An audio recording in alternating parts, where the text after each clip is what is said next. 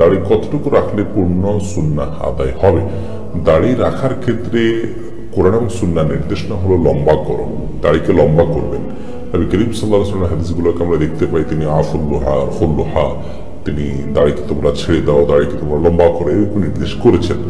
তবে আব্দুল্লাহ ইবনে ওমর রাদিয়াল্লাহু তাআলা আনহু, আবু রাদিয়াল্লাহু তাআলা সহ বিভিন্ন সাহাবী থেকে দাড়ি একমুষ্টি হওয়ার পরে অতিরিক্ত অংশ কাটার বিষয়টি প্রমাণিত হয়। বুখারীর বর্ণনায় এরকম একটা হাদিস রয়েছে। হজের সময় হয়েছে, হজের সময় হলে যে এটা হজের জন্য ফিক্স সেটারও কোনো প্রমাণ নাই, যার কারণে বাইরেও হতে পারে। এই জন্য এক মুষ্টির পরে চাইলে কেউ কাটতে পারে, কিন্তু যদি কেউ এক মুষ্টির বড় রাখেন তিনি কোনো গুনাহ করেছেন এমনটি বলা যাবে না, কারণ রাসূল আকরাম সাল্লাল্লাহু আলাইহি ওয়াসাল্লাম লম্বা করতে বলেছেন, তিনি কাটার কোনো নির্দেশনা দেননি।